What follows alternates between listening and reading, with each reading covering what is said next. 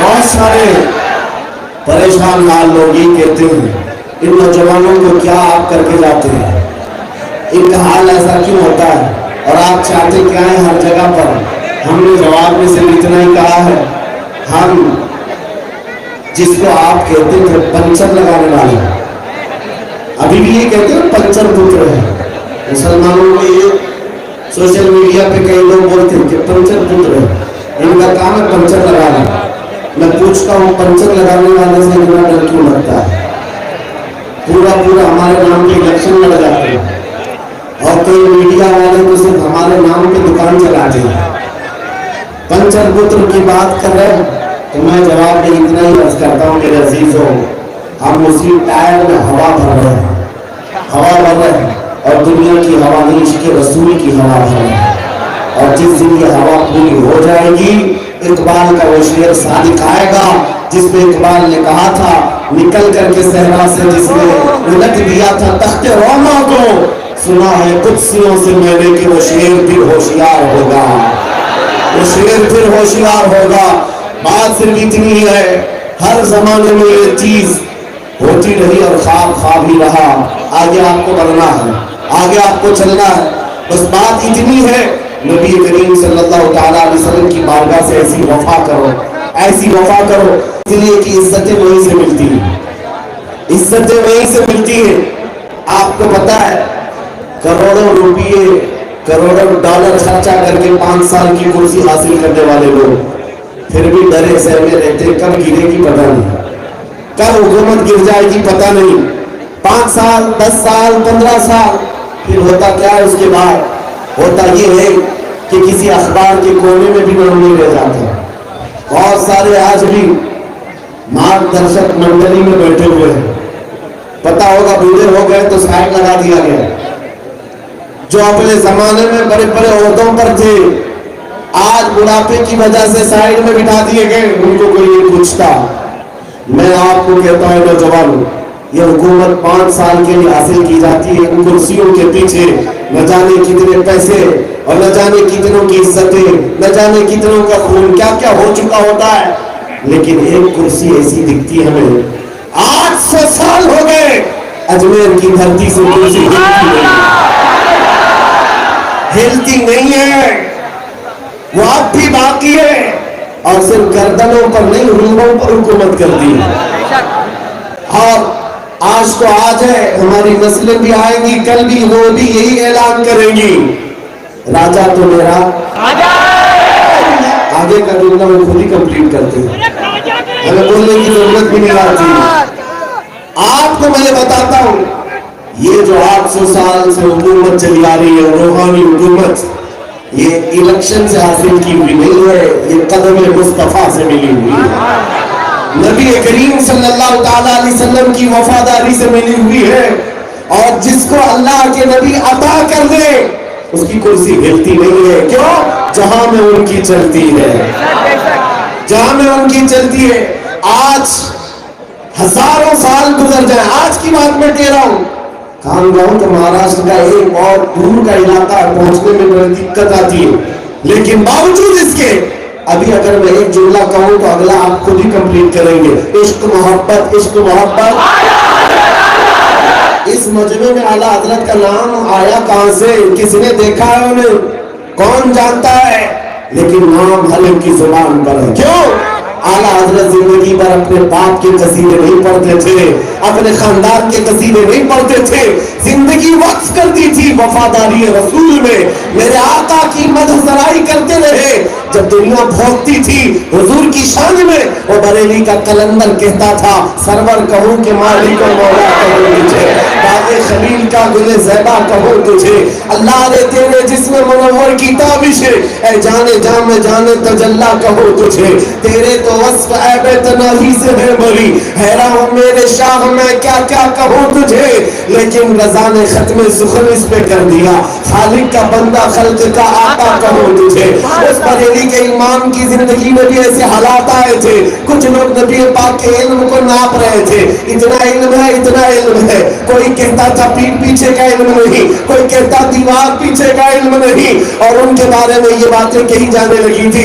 تاجدار مدینہ کے متعلق ایسی بکواسیں سننے کو آتی تھی کہ نبی امتی کے برابر ہو سکتے ہیں، عمل کرتے کرتے امتی نبی تک پہنچ جاتا ہے۔ یہ سب بکواسیں دیکھ کر کے بریلی کے امام نے اعلیٰ حضرت نے پکار کر کہا تھا، سارے اچھوں میں اچھا سمجھیے جسے، ہے اس اچھے سے اچھا ہمارا نبی، سارے اونچوں سے اونچا سمجھیے جسے، ہے اس اونچے سے اونچا پہنچ گئی جس کے آگے سبھی مشالیں، شمع وہ لے کر آیا ہمارا نبی، خلق سے اولیاء، اولیاء سے رسول، اور رسولوں سے اعلیٰ، چمک والے اجلوں میں چمکا کیے، اندھے شیشوں میں چمکا ہمارا نبی، جن کے تلووں کا دھومن ہے آب حیات، ہے وہ جان مسیحا ہمارا نبی۔ ارے کون دیتا ہے دینے کو منہ چاہیے، دینے والا ہے سچا۔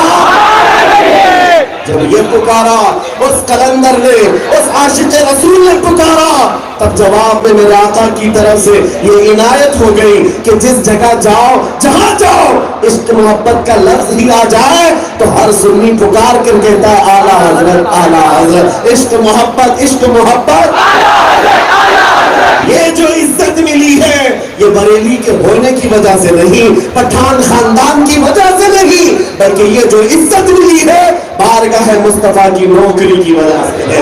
جو وفاداری کرتا ہے اس کو اللہ سدا سلامت رکھتا ہے، اس کو قیامت تک باقی رکھتا ہے۔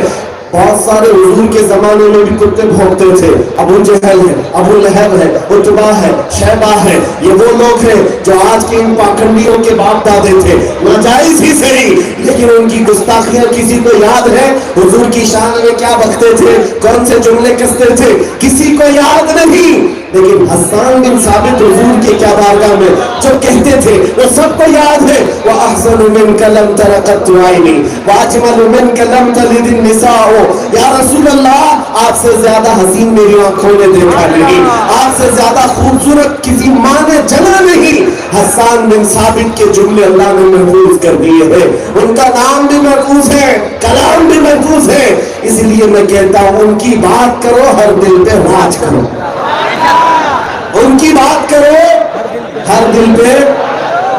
اے سنیو، اب جو بقیہ زندگی ہے تمہارے پاس، تھوڑی سی زندگی ہے، گانے میں، بجانے میں، ٹک ٹاک پر مجرے کرنے میں کیوں برباد کرو؟